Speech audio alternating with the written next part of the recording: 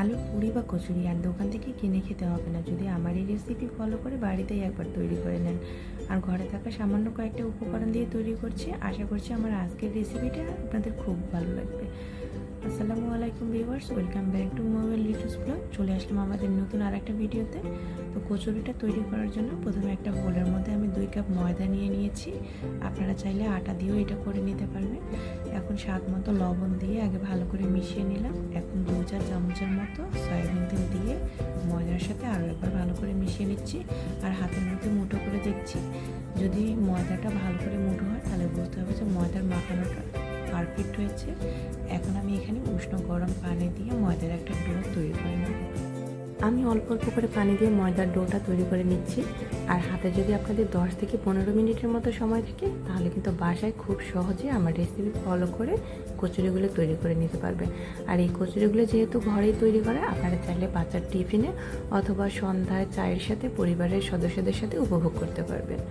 তো ময়দাটাকে আমি হাত দিয়ে ভালো করে মথে একটু নিচ্ছি, যাতে করে ময়দাটা একটু সফট হয় আর কচুরিগুলো খেতেও ভালো লাগে। ময়দার ডোটা আমার তৈরি করা হয়ে গিয়েছে। এখন আমি উপর থেকে অল্প একটু তেল লাগিয়ে দিচ্ছি যাতে ময়দাটা সফট থাকে।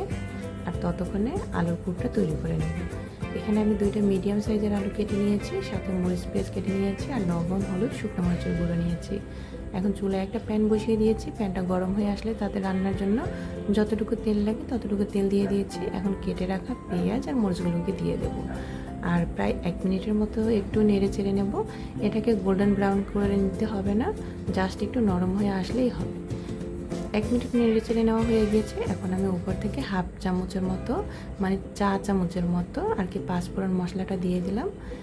পাঁচফোড়ন মশলাটা দিলে কিন্তু কচুরিটা খেতে ভীষণই ভালো লাগে। তারপর 10 থেকে 15 সেকেন্ডের মতো একটু নেড়ে চেড়ে নিয়ে আমি আলুটা দিয়ে দিচ্ছি। আলুটাকে আমি ভালো করে পেঁয়াজ আর মরিচের সাথে মিশিয়ে নেওয়ার পর এখানে লবণ, হলুদ আর শুকনো মরিচের গুঁড়োটাও দিয়ে দিচ্ছি। আর প্রায় 1 মিনিটের মতো তেলের মধ্যে একটু ভেজে নিচ্ছি।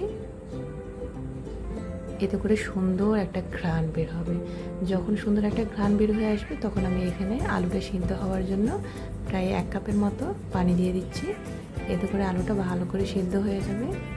আর ঢাকনা দিয়ে ঢেকে রেখে দিচ্ছি।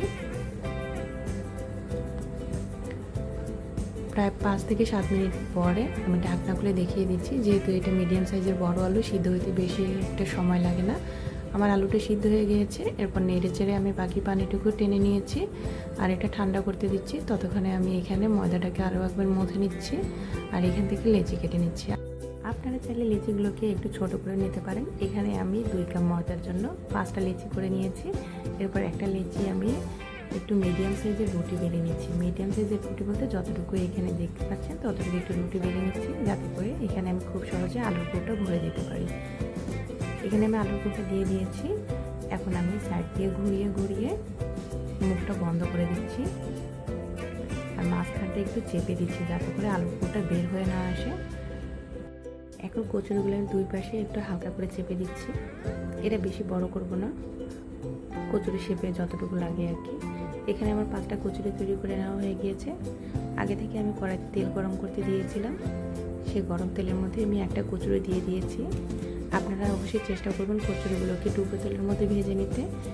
এখানে আমার তেলের পরিমাণটা বেশি হলেও ছড়ানো কড়াইয়ের জন্য কিন্তু তেলের পরিমাণটা কম বোঝা যাচ্ছে, যার কারণে আমার কচুরিগুলো কিন্তু ভালো করে ফুলে নেই। তবুও কচুরিগুলো খেতে কিন্তু ভীষণই মজার হয়েছিল। তবুও কচুরিগুলোকে এখন গোল্ডেন ব্রাউন কালার করে ভেজে তুলে নিচ্ছি। এই কচুরিগুলো কিন্তু খুবই স্বাস্থ্যকর, যেহেতু আমরা বাসাতেই তৈরি করেছি, দোকানের মতো পোড়া তেলে ভাজা না। আর আপনারা চাইলে কিন্তু এই কচুরিগুলোকে বাচ্চার টিফিনও দিতে পারেন অথবা পরিবারের সদস্যদের সাথে সন্ধ্যা চায়ের সাথে উপভোগ করতে পারেন। আর খুবই সহজভাবে রেসিপিটা দেখানোর চেষ্টা করেছি। আশা করছি আমার আজকের রেসিপিটা আপনাদের ভালো লেগেছে।